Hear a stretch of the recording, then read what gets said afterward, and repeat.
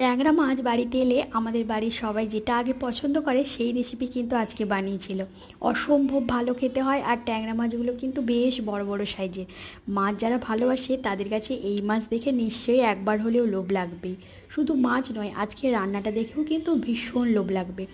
বড়িগুলোকে প্রথমে সর্ষের তেলে লাল লাল করে ভেজে নিয়েছি। ওই তেলেই কিন্তু এবার ট্যাংরা মাছগুলোকে ভালো করে কেটে লবণ হলুদ মাখিয়ে কিন্তু সর্ষের তেলে হালকা হালকা করে ভেজে নিয়েছি। এবার মাছ ভাজার তেলেই 5 ফোড়ন দিয়ে কাঁচা লঙ্কা চেরা দিয়ে সাথে গ্রেট করা আদা আর পেঁয়াজ বাটাটাকে দিয়ে মশলা ভাজা ভাজা হয়ে এলে কিন্তু লবণ আর হলুদ আর সামান্য লঙ্কার গুঁড়ো দিয়েছি।